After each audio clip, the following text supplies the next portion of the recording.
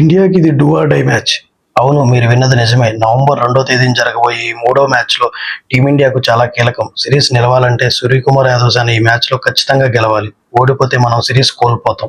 India మరియు Australia మధ్య జరుగుతున్న టీ20 సిరీస్ చాలా రసవత్తరంగా మారింది. మెల్బోర్న్లో జరిగిన రెండో మ్యాచ్లో ఆస్ట్రేలియా గెలవడంతో 5 మ్యాచ్ల సిరీస్ 1-0 ఆధిక్యంలో ఉంది.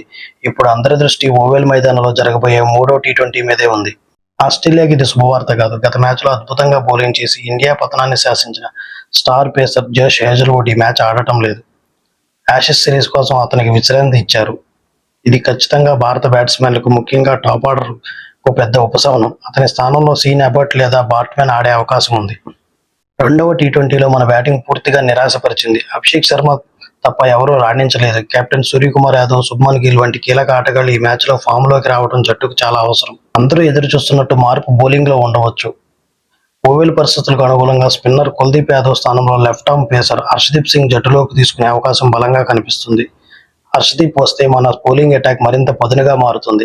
ఈ మైదానంలో సాధారణంగా బ్యాటింగ్కి స్వర్గదాయం. బౌండరీలు చిన్నవిగా ఉంటాయి కాబట్టి భారీ స్కోర్ ఆశించవచ్చు. ఇక్కడ చేసింగ్ చేసే జట్లకు మంచి రికార్డు ఉంది కాబట్టి టాస్ గెలిచిన కెప్టెన్ ముందుగా బౌలింగ్ ఎంచుకునే అవకాశం ఉంది. ఇండియాకు ఒక సవాలుతో కూడుకున్న మ్యాచ్. హేజల్వుడ్ లేకపోవడం మనకు ప్లస్ పాయింట్. కానీ మన బ్యాట్స్మెన్ బాధ్యత తీసుకుని ఆడాలి. సిరీస్ 1-1 సమం చేస్తారో లేదో చూడాలి. ఈ మ్యాచ్ గురించి మీ అభిప్రాయం ఏంటి? టీమిండియా ఏ మార్పులు చేస్తే బాగుంటుంది? కింద కామెంట్స్లో చెప్పండి. ఈ వీడియో నచ్చితే లైక్ చేయండి, షేర్ చేయండి, మన ఛానల్ సబ్స్క్రైబ్ చేసుకోండి. Thank you. జై హింద్.